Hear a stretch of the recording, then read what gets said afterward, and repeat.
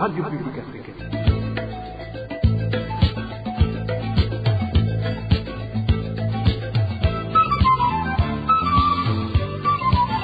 Radio Publique Africaine.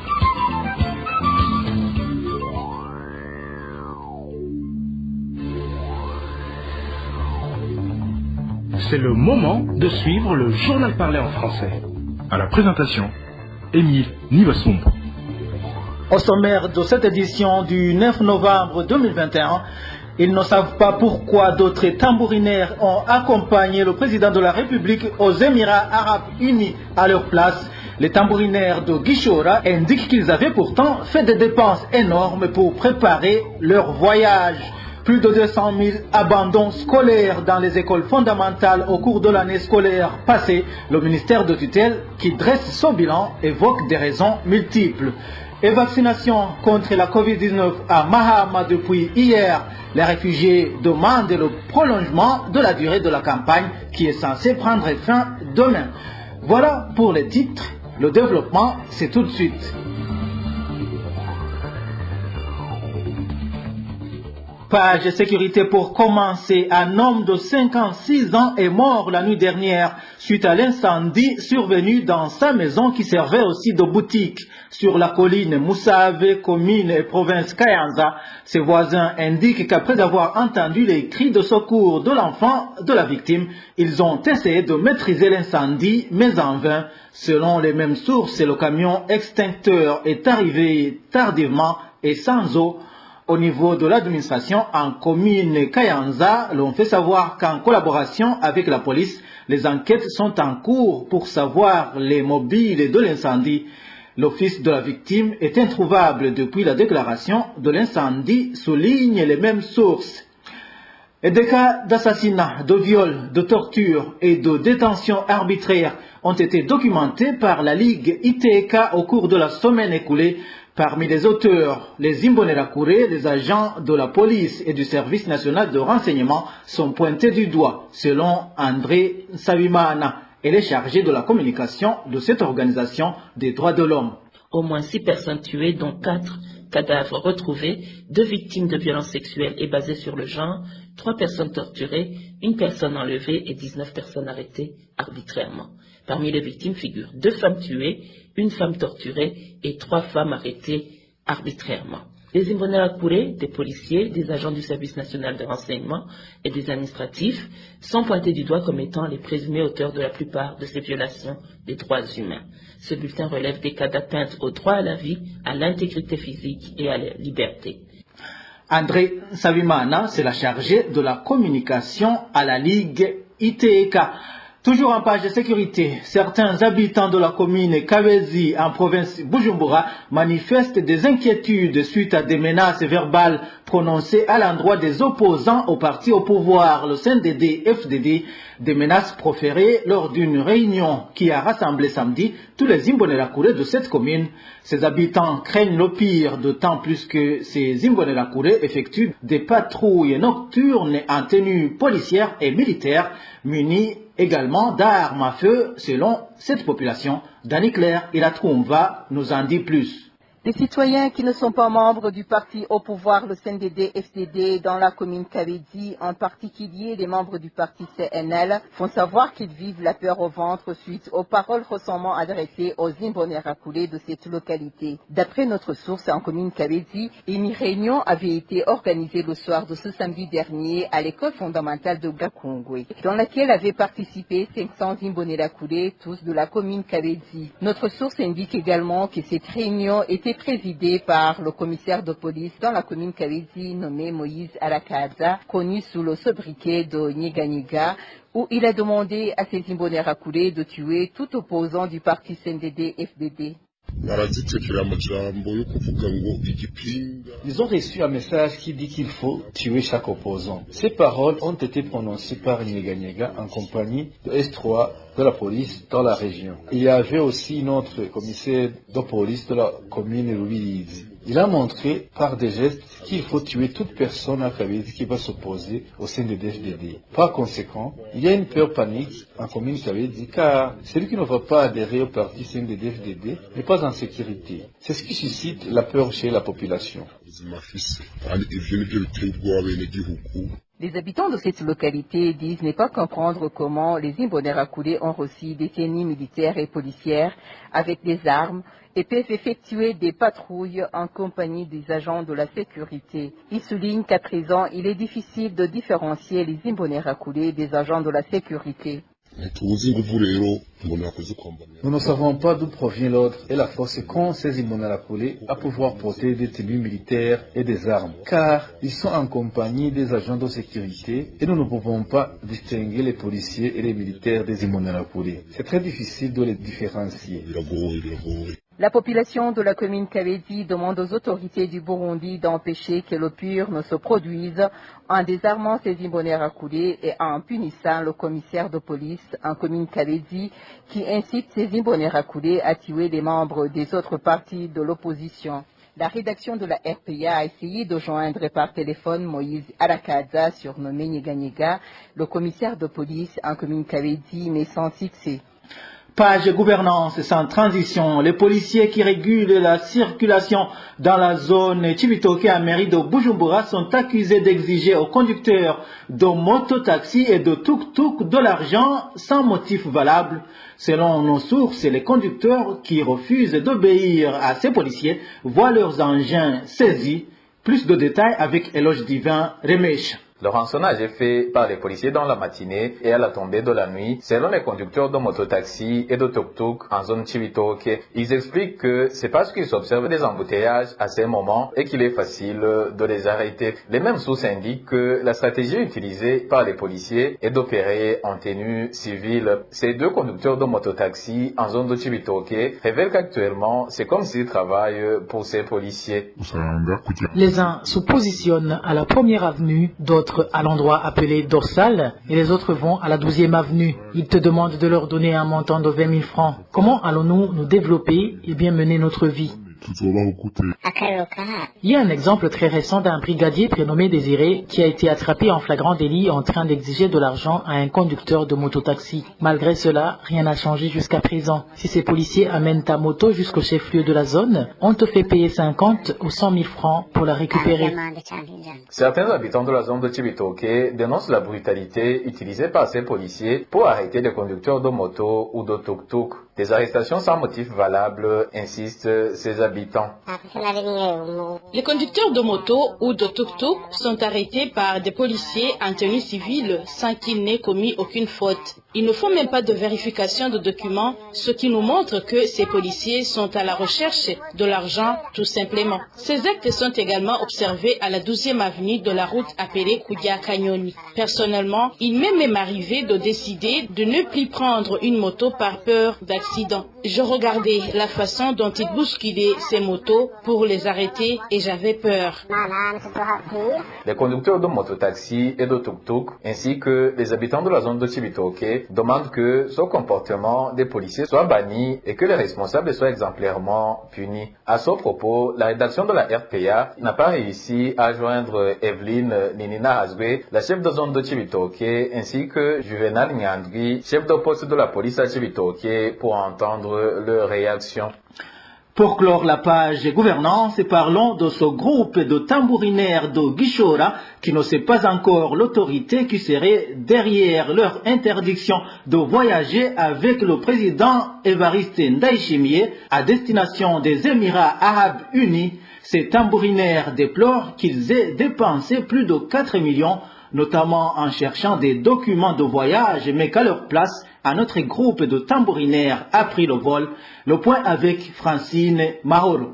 Le groupe de tambourinaires de Gishola déplore qu'ils ne savent pas à quel été se vouer, après qu'ils aient raté le voyage avec le président Évariste Ndayishimiye à destination des Émirats Arabes Unis, où il s'est rendu ce lundi pour participer à l'exposition universelle. Il précise que c'est le président lui-même qui a voulu qu'il soit accompagné par ce groupe de tambourinaires de Gishora. Ces tambourinaires font savoir qu'ils ont trop dépensé, notamment pour se payer les passeports dont le coût s'élève à 235 000 francs les tickets de transport d'Ogishora à Bujumbura, la restauration ainsi que d'autres dépenses qui équivalent à prix de 4 millions. Au moment où ils s'attendaient à voyager ce lundi, ils disaient avoir été informés que le voyage a raté parce qu'ils n'ont pas fait hâte les tests Covid-19. Ils dénoncent plutôt une stratégie pour les éliminer du moment que la corruption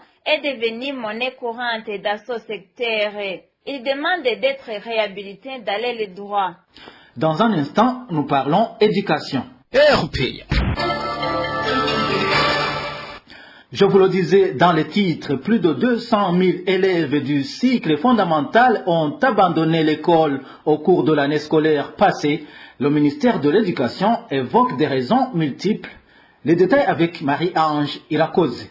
216 599 élèves ont abandonné l'école au niveau national au cours de l'année scolaire 2020-2021 selon le ministère de l'Intérieur. Le même ministère fait savoir qu'avec l'année scolaire 2019-2020, plus de 172 000 élèves ont également abandonné l'école. Parmi eux, 16 862 étaient au poste fondamental. Le ministère de l'Éducation fait savoir que durant cette période, l'effectif des abandons était petit si l'on compare avec la situation actuelle. Selon les défenseurs des droits de l'enfant et ceux qui suivent de près l'éducation au Burundi, ces abandons sont dus en grande partie aux parents qui ne suivent pas convenablement leurs enfants sous prétexte qu'ils sont pauvres, donc qui sont plus préoccupés par leur survie. De l'autre côté, selon toujours les défenseurs des droits de l'enfant, les parents donnent à leurs enfants beaucoup de tâches ménagères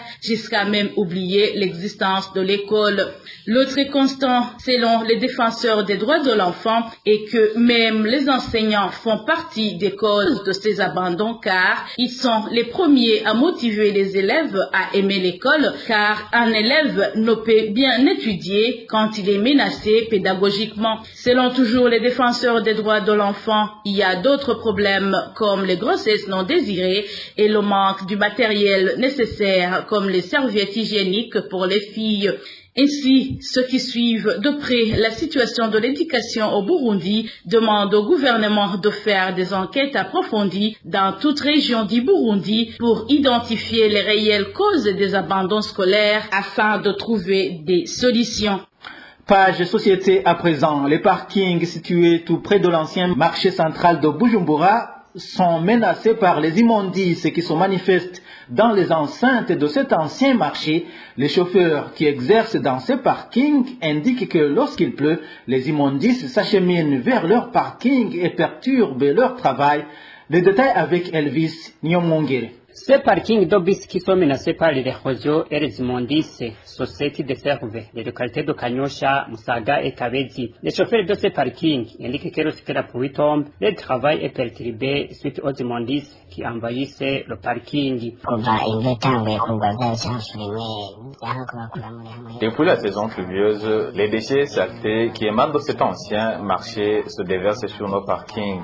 Des déchets mélangés de la boue. Tous nos clients piétinent ces déchets et dans la boue. C'est très gênant. Notre boulot ne marche pas du tout bien.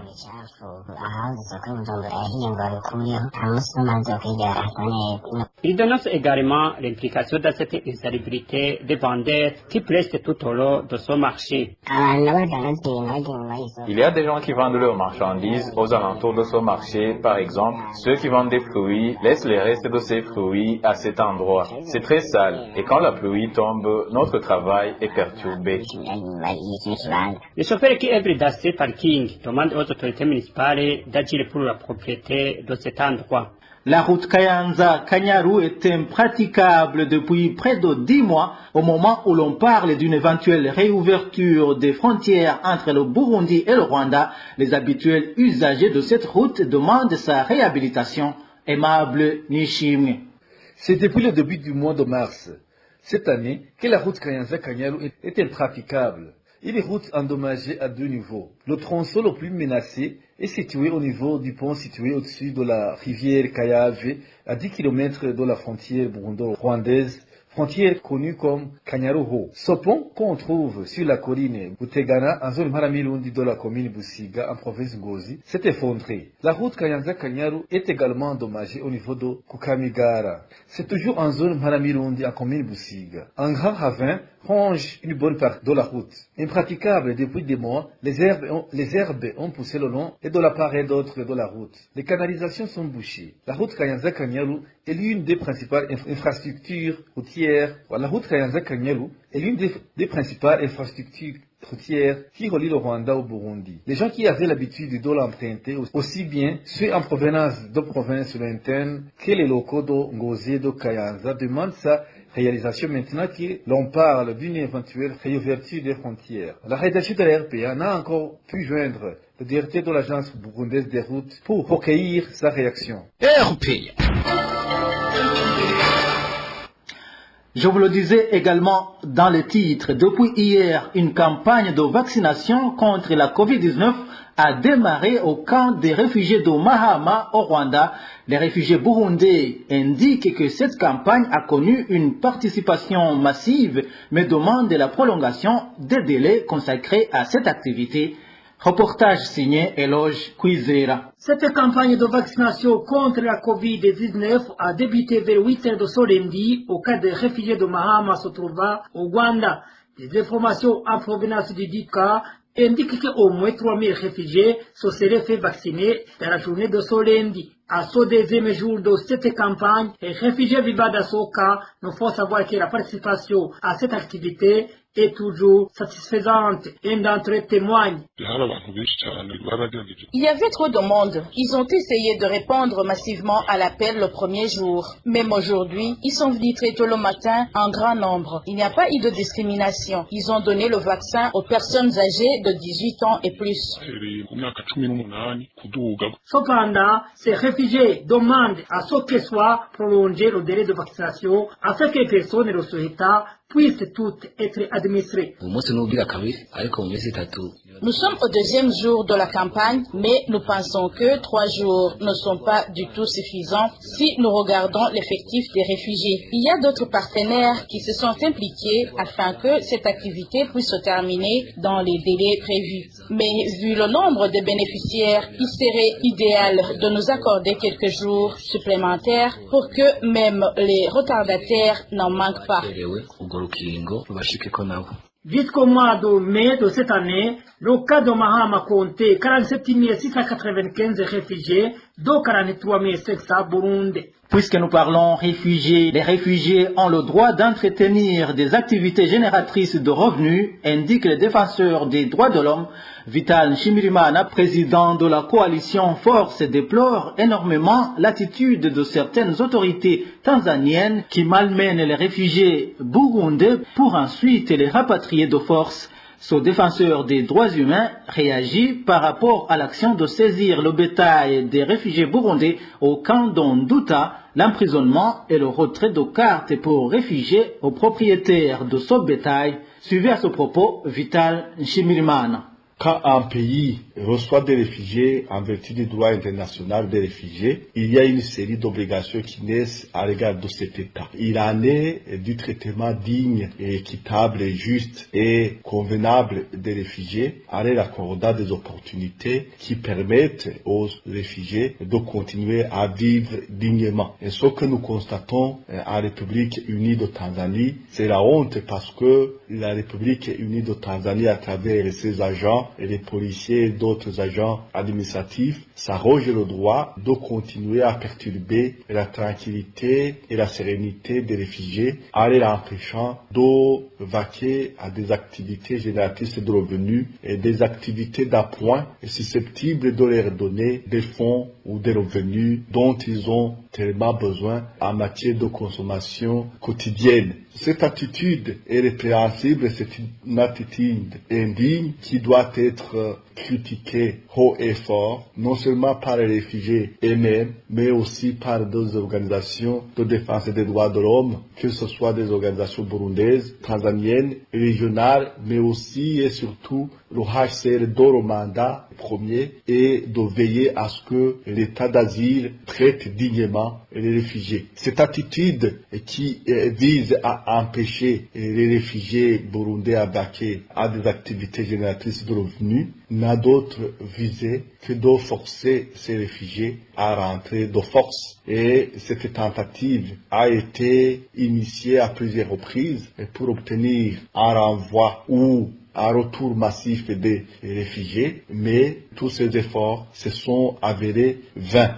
Nous considérons que ceci est une violation des droits internationaux des réfugiés par la République unie de Tanzanie et nous demandons que les réfugiés et d'autres organisations puissent continuer à élever la voix pour que les autorités tanzaniennes en prennent connaissance, afin de quoi ils pourront prendre des mesures pour arrêter cet état de fait. Vital Shimirimana, c'est le président du Forum pour le renforcement de la société civile. Restons en Tanzanie pour clôturer cette édition. Un groupe d'élèves du camp de réfugiés d'Onduta n'a pas encore fréquenté les salles de classe depuis la rentrée scolaire 2021-2022. Il s'agit des élèves qui ont échoué la 11e année. La solution à apporter à cette question ne fait pas l'unanimité entre la coordination et le corps professoral.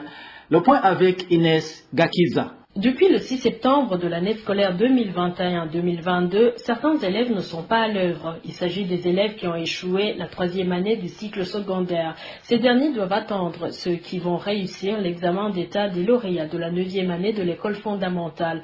Ils sont de différentes sections. Dans une réunion des responsables de l'éducation au camp d'Onduta, l'on a esquissé des solutions qui, pourtant inefficaces, raconte l'un des participants à la réunion.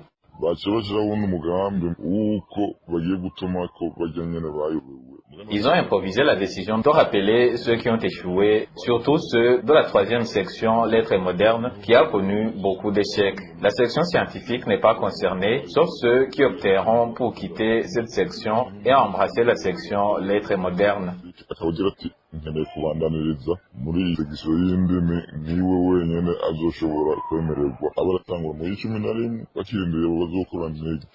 Partant, les enseignants sont gênés quant à la mise à niveau des élèves. Une partie aura au moins un retard de 2 mois.